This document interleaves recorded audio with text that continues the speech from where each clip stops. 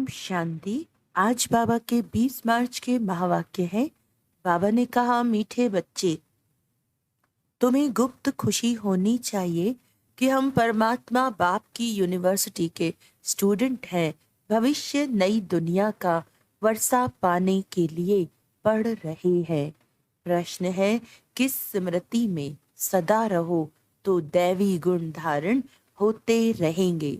उत्तर है, हम आत्मा शिव बाबा की संतान हैं। बाबा हमें कांटों से फूल बनाने आए हैं। यही स्मृति सदा रहे तो दैवी गुण धारण होते रहेंगे। पढ़ाई और योग पर पूरा ध्यान रहे। विकारों से नफरत हो तो दैवी गुण आते जाएंगे। जिस समय कोई विकार वार करे तो समझना चाहिए, मैं कांटा हूँ, मुझे तो फूल बनना है।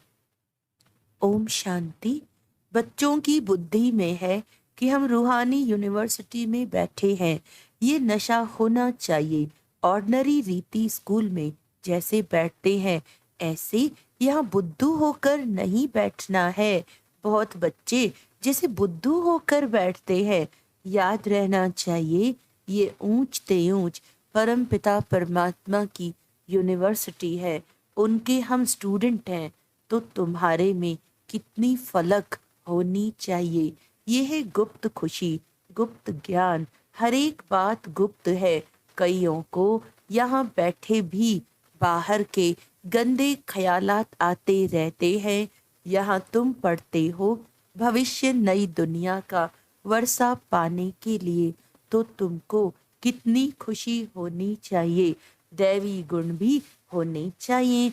भले यहाँ सब ब्राह्मण ही आते हैं, वहाँ की किच्चड़ पट्टी से तो तुम निकलकर यहाँ आते हो, तो तुम बच्चों को कितना खुशी में रहना चाहिए। सारी दुनिया इस समय गंध में पड़ी है।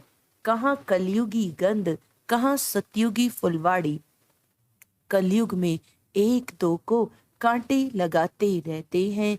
तुमको तो अब फूल बनना है, तो कितनी खुशी होनी चाहिए। अब हम फूल बनते हैं। ये बगीचा है। बाप को बागवान कहा जाता है। बागवान आकर कांटों को फूल बनाते हैं। ये तो बच्चों को समझ होनी चाहिए कि हम किस प्रकार का फूल बन रहे हैं। यहाँ बगीचा भी है।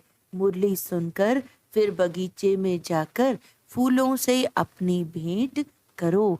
हम कौन सा फूल है, हम कांटे तो नहीं हैं। जिस समय क्रोध आता है तो समझना चाहिए कि मैं कांटा हूँ, मेरे में भूत है। इतनी नफरत आनी चाहिए। क्रोध तो सबके बीच में आ जाता है। काम तो सबके बीच में हो ना सके, वे तो छिपा कर करते हैं। क्रोध तो बाहर में निकल पड़ता है। क्रोध करते हैं तो उसका असर भी थोड़ा दिन चलता है। क्रोध का भी नशा है, लोभ का भी नशा है। अपने से आपे ही नफरत होनी चाहिए। तुम समझते हो हमको बाबा फूल बनाते हैं। काम और क्रोध बहुत गंदा है। मनुष्य की सारी शोभा ही गंवा देते हैं। यहाँ शोभा दिखाएंगे तब वहां भी शोभा पाएंगे। बाबा रोज बच्चों को समझाते रहते हैं कि दैवी गुण धारण करो, स्वर्ग में चलना है ना। ये लक्ष्मी नारायण कितनी गुणवान है। महिमा भी इनके आगे जाकर गाते हैं। हम नीच पापी कामी हैं, आप सर्वगुण संपन्न हो। तुम समझाते भी हो स्वर्ग है फूलों का बगीचा और नर्क है कांटों का जंगल। शिव बाबा स्वर्ग स्थापन करते, रावण नर्क बनाते हैं। विचार करना चाहिए, हम आत्मा बाबा की संतान है। हमारे में गंध कहाँ से आया। अगर गंध होगा तो बाप का नाम बदनाम करेंगे। क्रोध करेंगे तो गोया बाप की निंदा कराएंगे। क्रोध का भूत आया और बाप को भूले। बाप की याद हो तो कोई भी भूत आए ही नहीं। अगर किसी की दिल को दुख पहुंचाते हैं तो वह भी असर पड़ जाता है। एक बार क्रोध किया तो 6 मास तक सबकी बुद्धि में रहता है कि क्रोधी है, फिर दिल से उतर जाता है। बाप दादा की दिल से भी उतर जाता है। ये दादा भी विश्व का मालिक बनते हैं। इसमें भी जरूर खूबियां होंगी, परंतु कोई की तकदीर में नहीं है तो तदबीर करते नहीं। कितनी सहज तदबीर है, सिर्फ बाप को याद करो तो आत्मा स्वच्छ बन जाएगी और कोई उपाय नहीं है। इस समय राज ऋषि तो कोई है नहीं, राजयोग सिखलाने वाला एक ही बाप है। मनुष्य मनुष्य को सुधार न सके, बाप आकर सबको सुधारते हैं। जो बिल्कुल अच्छी तरह सुधर जाते हैं वह सतयुग में पहले पहले आते हैं। तो कोई भी गंदी आदत है तो छोड़नी चाहिए। पढ़ाई पर, योग पर पूरा ध्यान देना चाहिए। ये भी जानते हैं सब तो एक जैसे ऊंच नहीं बनेंगे, परंतु बाप तो पुरुषार्थ कराएंगे। जितना हो सके पुरुषार्थ कर ऊंच पद पाओ, नहीं तो कल्प कल्पांतर नहीं पा सकेंगे। बाबा बार बार समझाते रहते हैं कि बाप को याद करो तो किचड़ा निकल जाए। वह सन्यासी तो हठ योग सिखलाते हैं। ऐसे मत समझना कि हठ योग से तंदुरुस्ती अच्छी होती है। वह कभी बीमार नहीं पड़ते, नहीं, वह भी बीमार पड़ते हैं। भारत में जब लक्ष्मी नारायण का राज्य था तो सबकी आयु बड़ी थी, हेल्दी वेल्दी थे। अब तो सब बिल्कुल छोटी आयु वाले हैं। भारत को ऐसा किसने बनाया ये कोई जानते नहीं, बिल्कुल घोर अंधियारे में है।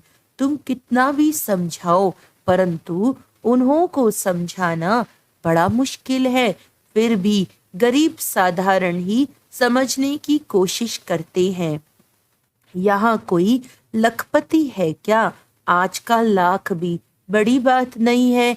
आज लखपति तो बहुत है, उन्हें भी बाबा साधारण कहते हैं। आज तो करोड़पति की बात है, शादियों पर भी कितना खर्चा करते हैं। तुम बच्चों को बड़ा युक्ति से समझाना है, जो किसको तीर लग जाए। बड़े बड़े आदमी कोई एमपी आदि आते हैं तो बहुत खुश होते हैं, परंतु एक में भी ताकत नहीं जो आवाज कर सके। तुम समझाते हो परंतु यथार्थ पूरा समझकर नहीं जाते हैं। ऊंच ते ऊंच भगवान, ऊंच ते ऊंच यह वर्षा। लक्ष्मी नारायण को किसने ये स्वर्ग का वर्षा दिया? ये कहाँ के रहवासी हैं? ये बहुतों को पता नहीं पड़ता है। म्यूजियम में आते बहुत है समझने के लिए। सेवा का चांस अच्छा है परंतु योग है नहीं। बाप को याद करें तो प्रफुल्लता भी आए। हम किसकी संतान है? कितने बच्चे कायदे सिर पढ़ते नहीं हैं। बाप से योग है नहीं, संपूर्ण तो कोई बना नहीं है, नंबर वार है। बच्चों को एकांत में बैठ बाप को याद करना है। ऐसे बाप से हम स्वर्ग का वर्षा पाते हैं। इस दुनिया में हम ही सबसे पतित बने हैं, फिर हमको ही पावन बनना है। ये अच्छी रीति याद करना है। बाप हर प्रकार की राय तो देते हैं। ऐसे ऐसे करो जैसे क्वीन विक्टोरिया का वजीर गरीब था, रोड की लाइट पर पढ़ पढ़कर ऊंच पद पा लिया, शौक था। ये भी गरीबों के लिए है। बाप है गरीब निवाज। साहूकार क्या भगवान को याद कर सकेंगे? कहेंगे हमारे लिए तो स्वर्ग यहाँ ही है। अरे बाबा ने स्वर्ग की स्थापना की नहीं है, अब कर रहे हैं। बाप को याद करो, पावन तो जरूर बनना है। बच्चों को युक्ति रचनी है, कैसे किसको समझाएं कि भारत का प्राचीन योग सिवाय परमपिता परमात्मा के कोई सिखला नहीं सकते। हठ योग है निवृत्ति मार्ग वालों के लिए बाप समझाते रहते हैं। जब जिसका कल्याण होना होगा तो फिर लिखेंगे भी ऐसे, अभी देरी है तो किसकी बुद्धि में आता नहीं है। तुम्हारी है ये ईश्वरीय मिशन, तुम्हें मनुष्यों को देवता बनाने की सेवा करनी है। दुनिया में तो अनेक प्रकार की मतें निकलती रहती हैं, तो उनका कितना शो होता है, अंधश्रद्धा कितनी है, रात दिन का फर्क है। तुम ब्राह्मणों में भी रात दिन का फर्क है, कोई तो कुछ भी जानते नहीं है, बहुत सहज। अपने को आत्मा समझो, बाप को याद करो तो पाप कट जाएंगे, दैवी गुण धारण करो तो ऐसे बन जाएंगे। ढिंडोरा पिटवाते रहो, देहाभिमान न हो तो ढोलक गले में डाल सबको बताते रहो कि बाप आया है। कहते हैं मुझे याद करो तो तुम पतित से पावन बन जाएंगे। ये घर घर में संदेश देना है, सभी पर कट यानी जंक चढ़ी हुई है। तमो प्रधान दुनिया है, सबको बाप का पैगाम जरूर पहुंचाना है। पिछाड़ी में तुम्हारी वाह वाह निकलेगी, कहेंगे कमाल है इन्हों की, इतना जगाया परंतु हम जगे नहीं। जो जगे उन्होंने पाया, जो सोए उन्होंने खोया। बाप बादशाही देने आते हैं फिर भी खो लेते हैं। सर्विस की युक्तियां रचनी चाहिए। बाप आया है, कहते हैं माँ में कम याद करो तो विकर्म विनाश होंगे। पवित्र बन पवित्र दुनिया का मालिक बन जाएंगे। याद नहीं करेंगे तो पाप कटेंगे नहीं। कोई भी कट न रहे तब ऊंच पद पा सकते हो, नहीं तो पद भी कम, सजाएं भी खाएंगे। सर्विस की अच्छी मार्जिन है, चित्र साथ में ले जाने से सर्विस कर सकेंगे। चित्र ऐसे अच्छी रीति बनाने चाहिए जो खराब न हो। ये चित्र बहुत अच्छी चीज है। बाकी मॉडल्स तो खिलौने हैं। बड़े बड़े आदमियों के बड़े बड़े चित्र होते हैं, हजारों वर्ष भी चलते हैं। तुम्हारे ये 6 चित्र काफी हैं। बोलो ये सृष्टि का चक्र कैसे फिरता है, हम आपको समझाएंगे। इस चक्र को याद करने से तुम चक्रवर्ती राजा बनेंगे। बैज भी बहुत अच्छा है, परंतु इनकी वैल्यू बच्चों के पास नहीं है। इस पर भी तुम समझाते रहो तो भी तुम्हारी कमाई बहुत होगी। ये बैज तो ऐसा है जो छाती से लटका रहे। ये बाबा ब्रह्मा द्वारा ये वर्षा देते हैं। ट्रेन में भी चक्र लगाते, ये समझाते रहो। छोटे बच्चे भी कर सकते हैं, तुमको कोई मना नहीं कर सकते। ये बैज ऐसी चीज है, हीरे जवाहर फल फूल महल सब कुछ इसमें मर्ज है, परंतु बच्चों की बुद्धि में नहीं आता है। बाबा ने बहुत बारी समझाया है, चित्र साथ में जरूर हो। तुमको कोई उल्टा सुल्टा भी बोलेंगे। श्री कृष्ण को भी गाली मिली ना, भगाते थे, ये करते थे, लेकिन उनको भी पटरानी बनाया ना, विश्व का मालिक बनाकर।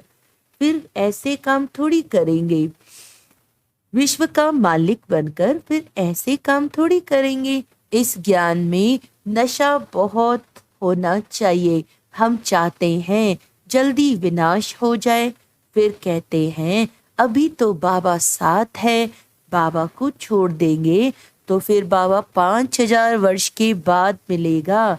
ऐसे बाबा को हम कैसे छोड़ें? बाबा से तो हम पढ़ते रहें। ये है ब्राह्मणों का ऊंचते ऊंच जन्म, ऐसा बाप जो हमको राजाई दे रहा है। फिर तो हम उनसे मिलेंगे नहीं, परंतु गंगा पर रहने वालों को इतना कदर नहीं रहता। बाहर वाले कितना महत्व रखते हैं, यहाँ भी बाहर वाले कुर्बान जाते हैं। अगर योग का बल नहीं है तो किसी पर भी समझाने का असर नहीं होता। कुछ भी समझते नहीं, आते बहुत है, लिखते हैं ऐसे ऐसे समझाया, कहते हैं बहुत अच्छा है। बाबा समझते हैं सुना ऐसे जैसे सुना ही नहीं, जरा भी समझा नहीं। बाप को ही नहीं जाना है, अगर कुछ जाने तो ऐसे बाप से कनेक्शन रखें, चिट्ठी लिखें, झट तुमसे पूछें कि ऐसे बाप को चिट्ठी कैसे लिखते हो, बताओ। शिव बाबा केयर ऑफ ब्रह्मा एकदम लिखने लग पड़े। यह तो रथ है ना, परंतु ज्यादा कीमत तो उनकी है जो इसमें प्रवेश करते हैं। सर्विस करते करते बहुत बच्चों के गले थक जाते हैं, परंतु योग नहीं है तो तीर नहीं लगता। इसको भी ड्रामा कहेंगे। बाप को जान लिया तो फिर बाबा से मिलने बिगर रह नहीं सकेंगे। ट्रेन में भी योग युक्त हो जाए। हम जाते हैं बाबा के पास, जैसे विलायत से आते हैं तो स्त्री बाल बच्चे सब याद आते हैं। यह तो हम किसके पास जाते हैं, तो रास्ते में कितनी खुशी होनी चाहिए। सर्विस करते करते आना चाहिए। बाबा है सागर, देखते हैं बच्चे फॉलो कर रहे हैं। ज्ञान की लहरें उठती हैं तो देखकर खुश होते हैं। यह तो बहुत अच्छा सपूत बच्चा है। सवेरे याद की यात्रा में बहुत फायदा है। ऐसे भी नहीं सिर्फ सुबह को याद करना है, उठते बैठते खाते पीते याद किया, सर्विस की, तो तुम यात्रा पर हो। अच्छा। मीठे मीठे सिकीलदे बच्चों प्रति माता पिता बाप दादा का याद प्यार और गुड मॉर्निंग। रूहानी बाप की रूहानी बच्चों को नमस्ते। हम रूहानी बच्चों की रूहानी बाप दादा को याद प्यार गुड मॉर्निंग, नमस्ते नमस्ते नमस्ते जी। धारणा के लिए मुख्य सार है, किसी की दिल को दुखी नहीं करना है। अंदर कोई भी भूत है तो जांच करके उसे निकालना है। फूल बन सबको सुख देना है। हम ज्ञान सागर के बच्चे हैं तो अंदर ज्ञान की लहरें सदा उठती रहें। सर्विस की युक्तियां रचनी है, ट्रेन में भी सर्विस करनी है। साथ साथ पावन बनने के लिए याद की यात्रा पर भी रहना है। वरदान है, याद और सेवा के बैलेंस द्वारा बाप की मदद का अनुभव करने वाले ब्लेसिंग की पात्र आत्मा भव। जहाँ याद और सेवा का बैलेंस अर्थात समानता है, वहाँ बाप की विशेष मदद अनुभव होती है। ये मदद ही आशीर्वाद है, क्योंकि बाप दादा अन्य आत्माओं के मुआफिक आशीर्वाद नहीं देते। बाप तो है ही अशरीरी, तो बाप दादा की आशीर्वाद है सहज स्वतः मदद मिलना, जिससे जो असंभव बात है वह संभव हो जाए। यही मदद अर्थात आशीर्वाद है।